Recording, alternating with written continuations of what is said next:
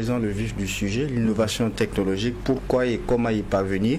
C'est une thématique justement qui nous inspire à la suite de ce forum qui s'est tenu et qui abordait l'innovation technologique, le FIRST, où le chef de l'État, le capitaine Ibrahim Traoré, s'est adressé à des chercheurs, à des scientifiques.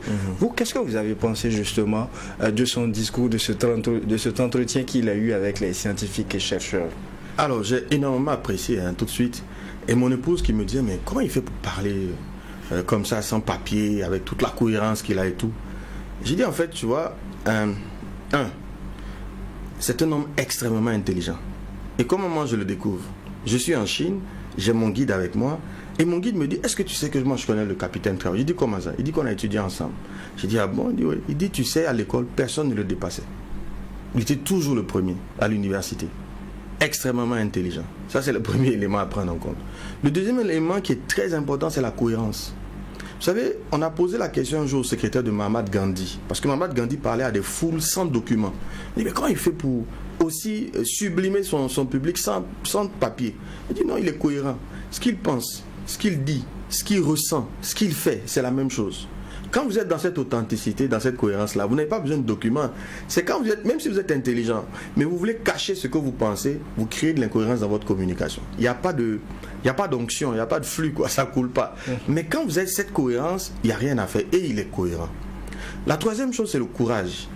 Beaucoup de gens ont de belles idées, mais ils n'ont pas d'audace de les appliquer. Et je vois quelqu'un de courageux, qui fait des choix extrêmement courageux. Alors voilà mon point de vue. Que l'on prend le meilleur système au monde, mettez le meilleur système au monde.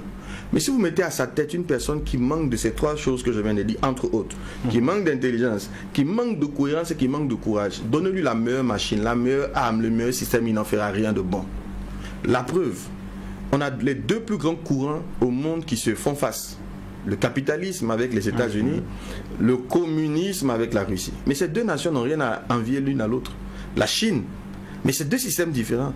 Pourquoi les deux systèmes qui reposent sur des principes différents arrivent à performer? C'est ceux qui sont à la tête de ces systèmes. Ce n'est pas le système en lui-même. Tous les systèmes sont bons en eux-mêmes. L'ambition de tout système, c'est d'amener le développement.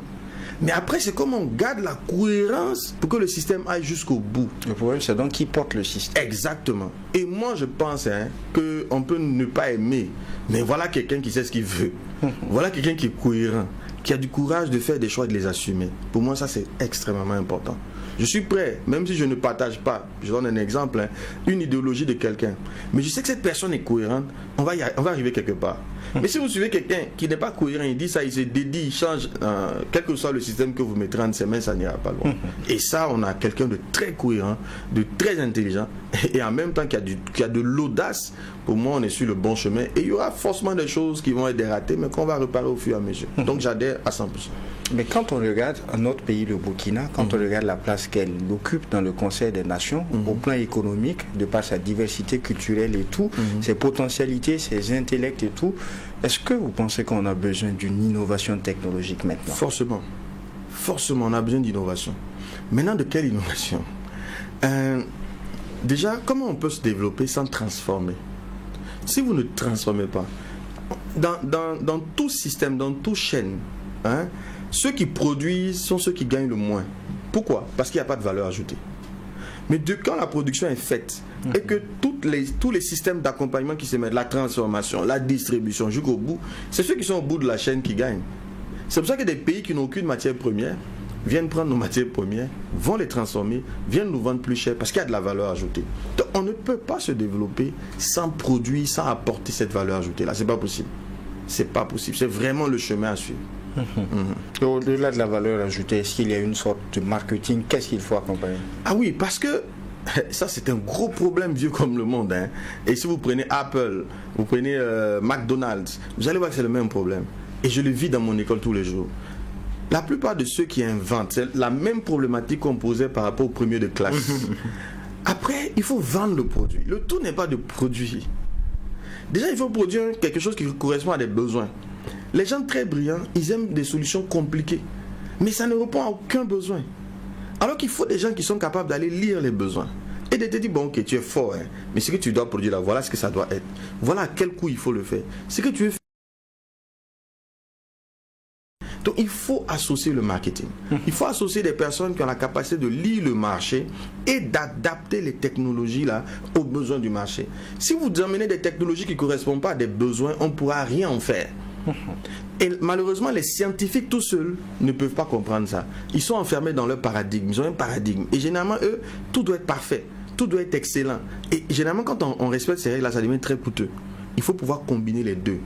Que aux scientifiques, on associe des hommes de marketing qui vont emmener cette nuance-là, qui vont faire qu'à terme, on va concevoir des produits, des technologies adaptées à nos besoins et à des coûts supportables. On a l'exemple typique du coton pour parler de la valeur ajoutée du marketing dont vous parlez. Absolument. Prenons la tenue que je porte. Regarde, moi j'ai discuté avec plusieurs producteurs. Il n'y a pas longtemps, je formais l'association des couturiers et tout ça. Mais le besoin en tenue locale est énorme. Ils ne peuvent même pas le satisfaire. Ils se plaignent tous de la production. Ils n'ont pas de personnes qualifiées, de personnes de qualité pour produire assez. Sinon, si le marché, il existe. Mais on a combien de Burkinabés? Des millions de Burkinabés. Si tous les Burkinabés s'habillaient Burkinabés, mais l'économie explose. Donc la question, c'est là qu'il faut réfléchir. Comment on peut produire plus, mais de manière locale? C'est ça les vraies questions qui nous intéressent. Oui. Mais quand on parle d'innovation technologique aujourd'hui, est-ce qu'il y a des secteurs prioritaires qu'on peut identifier? Qu'est-ce qui devait être mis au premier plan? Alors, secteur prioritaire, pour moi, la première des choses, c'est les besoins. Le marché, mon professeur de marketing me disait régulièrement domain driven. Ce qui veut dire c'est le marché qui dirige. Le marché, c'est qui? C'est le besoin. C'est le besoin qui oriente l'action. C'est pas à nous de nous asseoir, et c'est ce que font les scientifiques. Ils imaginent une belle technologie sans tenir compte du marché. Non. En marketing, on va d'abord du marché. Que veut le marché? Et on produit en fonction de ce que veut le marché. Donc la question qu'on doit se poser, c'est où se trouve le marché? Où se trouve le besoin? Et là, il y en a énormément. Regardez tous les produits de notre quotidien. Ce qu'on achète tous les jours là. Si on le fabriquait ici, prenons les tapettes de douche, prenons les chaussures en plastique qu'on importe. Il y a tellement de choses. Le président a donné le cas du micro. Il dit, mais le micro qu'on utilise là, il est fait ailleurs. Mais il y a toutes les choses du quotidien. Si on arrive à les faire chez nous ici, mais c'est fini, notre économie va se développer. Il a même parlé du vélo. Le vélo, on le roule, on dit que c'est le pays du vélo, mais on ne peut rien fabriquer. C'est pas normal. Ne serait-ce que les cadres, au moins qu'on dit, bon ok, on va juste vous faire venir les roues, mais les cadres là on fait ça ici nous-mêmes, parce qu'on a développé la technologie pour le faire. C'est ça à mon avis effectivement, dans le besoin. Le deuxième élément c'est la volonté politique, et ça le président l'a dit. Il dit que lui déjà, prenons tous les menuisiers aujourd'hui. Moi je réfléchis, si je connaissais des menuisiers, parce qu'après c'est l'homme, et c'est pour ça qu'on est souvent sur ce plateau. La vraie matière première c'est l'homme. Le vrai outil de production c'est l'homme. Quand l'homme n'est pas aligné, on a des difficultés. Et dans tous les secteurs, les gens vont vous dire, les hommes, les ressources humaines sont le problème. Pas en termes de qualification technique, mais en termes d'attitude, de comportement professionnel. Pour vous, l'alignement au domaine est aussi important? Absolument. Non, ça vient même après. Mais déjà, avoir les outils, ou du moins, je veux revenir sur ce que le président a dit par rapport aux meubles. Disons qu'on ne va plus importer de meubles. Mais on peut fabriquer des meubles. Mais pour ça, il faut mettre des équipes qui puissent sortir des meubles de qualité. Mais comment tu vas faire un meuble de qualité quand le gars il sait qu'il doit poncer? Voilà comment il faut poncer, mais il triche. Il finit le truc qu'on regarde, c'est pas acceptable. Pourtant il sait le faire, mais il n'a pas la discipline pour le faire. Il n'a pas la rigueur pour le faire, et c'est ça qui est le problème, tu vois.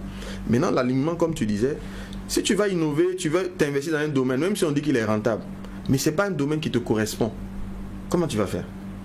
Je vois des gens qui disent, quelqu'un qui me parlait hier, avant-hier, qui allait investir dans une province où il n'y a pas de besoin, dans le domaine de l'enseignement. Tu vois, on veut innover souvent, comme il n'y a personne. Non, c'est pas parce qu'il n'y a personne qu'il faut aller faire quelque chose.